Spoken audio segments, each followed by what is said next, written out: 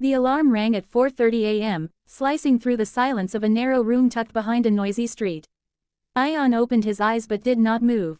He stared at the cracked ceiling, where a spider had built a patient web, thread by thread, over many weeks. He used to watch that spider every morning, wondering how something so small could work with such purpose.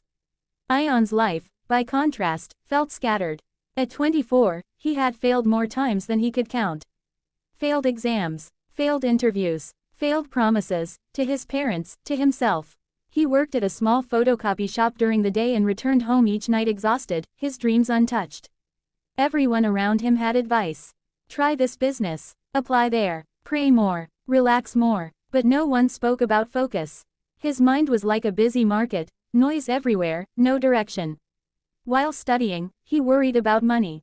While working, he thought about his past mistakes. While resting, he feared the future. Days passed, but nothing moved forward. One evening, while delivering papers to an old client, Ion noticed something unusual. The man, Mr. Karim, sat at a small desk with only one book, one pen, and a cup of tea. No phone, no television, no distractions. The room was calm, almost sacred. You always come at the same time, Mr. Karim said, smiling without looking up. That is a form of discipline. Ion shrugged. It's just my job. Mr. Karim closed the book and finally looked at him. No, doing one thing at one time, fully, that is focus. Most people don't have it anymore. Those words stayed with Ion long after he left. A week later, Ion returned and found Mr. Karim sitting in the same position. Curious, Ion asked, "What do you read every day?" Mr. Karim handed him the book. It was old, its pages yellowed. The title read, "The Power of a Focused Mind." "I was once like you, Mr. Karim said quietly, busy, worried, chasing many things, achieving nothing. Then I learned that success does not come from doing many things, but from doing one thing deeply." Ion laughed bitterly. "One thing, my life has too many problems for that." Mr. Karim nodded. "That's exactly why you need focus." That night, Ion made a small decision. Not a dramatic vow, not a life overhaul, just one change. For 1 hour every morning, he would focus on one goal, preparing for a competitive exam he had abandoned twice before.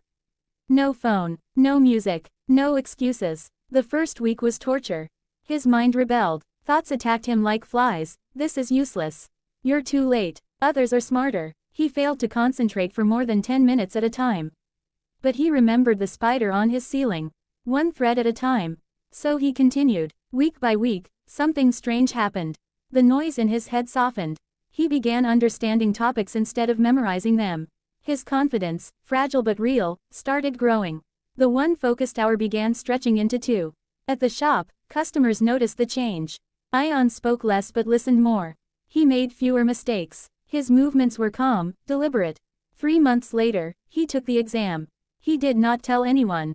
Waiting for the result was agony. Doubt returned, knocking loudly. But this time, Ion did not let it stay. He focused on what he could control, his routine, his effort, his attitude.